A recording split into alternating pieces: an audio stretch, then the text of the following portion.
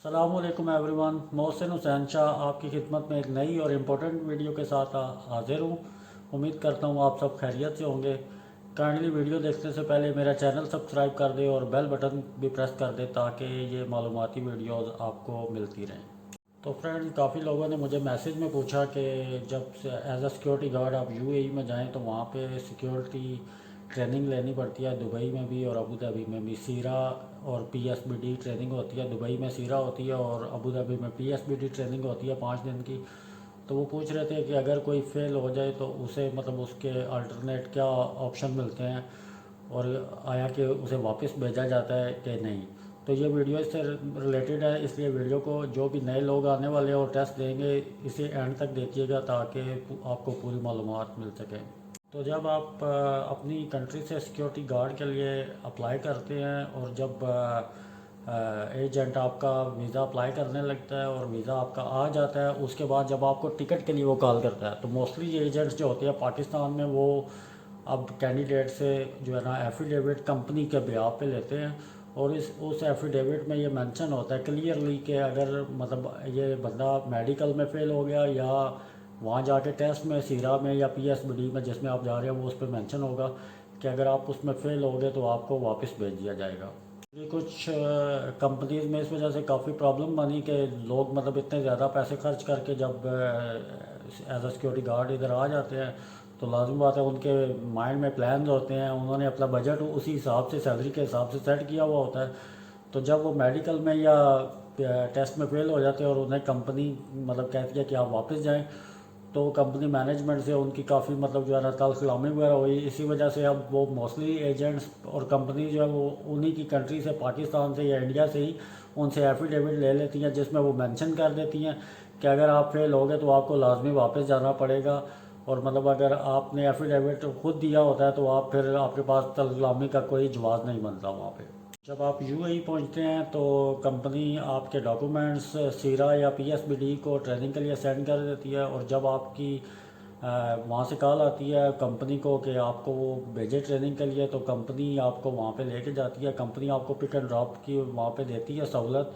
और मतलब आपकी 5 दिन की ट्रेनिंग वहाँ पे होती है तो कंपनी आपको पिक एंड ड्रॉप वहाँ पे करती है। 5 दिन की ट्रेनिंग के बाद टेस्ट होता है और ये टेस्ट ऑब्जेक्टिव टाइप होता है और इसमें आपको सही जवाब पे टिक करना होता है। कंप्यूटर पे सारा टेस्ट होता है और मतलब अगर 5 दिन आप सही पढ़ लें तो बिल्कुल इजी टेस्ट होता है, मुश्किल टेस्ट नहीं होता। जब आप ट्रेनिंग ले रहे होते हैं, क्लासेस ले रहे होते हैं, तो जो आपका ट्रेनर होता है, आपका टीचर होता है, वो जो स्पेशल मतलब जो आपको जो क्लासेस के दौरान आपको बताता है कि आपने फ़लाँ चीज़ नोट लाजमी करनी है, ये इंपॉर्टेंट है। और वो पेपर वगैरह उन्हीं में से आते हैं। तो जो लोग अपनी क्लासेस के दौरान 5 दिन सही दिल लगा के पढ़ लेते हैं वो इजीली उसे पास कर लेते हैं। अगर कोई बंदा फिर भी अगर फर्स्ट अटैम्प्ट में फेल हो जाए तो उसे दूसरा मौका दिया जाता है।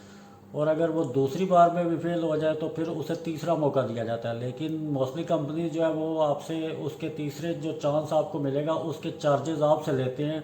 क्योंकि मेरे काफ़ी जानने वाले जो फेल हुए थे मतलब मेरे साथ जो आए थे उनसे कंपनी ने चार्जेस लिए हैं। कुछ कंपनी 500 दरम ले रही हैं, कुछ 750 दरम ले रही हैं, कुछ 700 ले रही हैं। मतलब हर कंपनी डिफरेंट चार्जेस लेते हैं। तीसरी दफ़ा जो चांस मिलता है गार्ड को वो उसके पैसे आपको खुद देने पड़ते हैं। और अगर वो मतलब अल्लाह ना करे तीसरी बार में भी फेल हो जाए तो फिर आपके पास कोई चांस में नहीं बनता।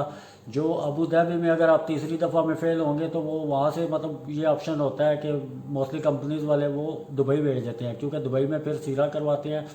लेकिन उसमें टेंशन ये है कि आपकी सैलरी कम हो जाती है और आपकी फैसिलिटीज़ कम हो जाती हैं। वहाँ पे आपको 3,000 दरम मतलब सैलरी बन रही होती है, दुबई में आपको 1800 2,000 दरम सैलरी बनती है।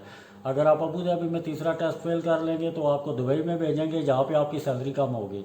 और अगर आप दुबई में 3 टेस्ट फेल करेंगे तो फिर कंपनी ये चेक करेगी कि आपकी वहाँ पे कोई जगह बनती है या नहीं। अगर आपको कोई कंप्यूटर स्किल्स वगैरह है, कोई आपको और काम आता है तो कंपनी कोशिश करेगी कि आपको वापस ना भेजे और आपको वहीं पे ऑफिस वगैरह में या किसी जगह पे आपको सेटिंग कर ले, किसी कैंप में या किसी जगह पे भी। लेकिन अगर आपके पास कोई स्किल्स वगैरह नहीं है और कंपनी के पास जगह नहीं बन रही तो फिर वो आपको टर्मिनेट कर देंगे, आपको वापस भेज देंगे। लेकिन अगर पॉजिटिवली सोचा जाए तो ये बिल्कुल ईजी है, मतलब कोई टेंशन लेने वाली बात नहीं है। अगर आप कॉन्फिडेंट हैं और आप मतलब यही माइंड में रख के आ रहे हैं कि आपने ये करना है तो फिर बिल्कुल ईजी है, मुश्किल वगैरह नहीं है। आप सिर्फ 5 दिन आपने पढ़ना है, उसके बाद आप फ्री हो जाएंगे बिल्कुल।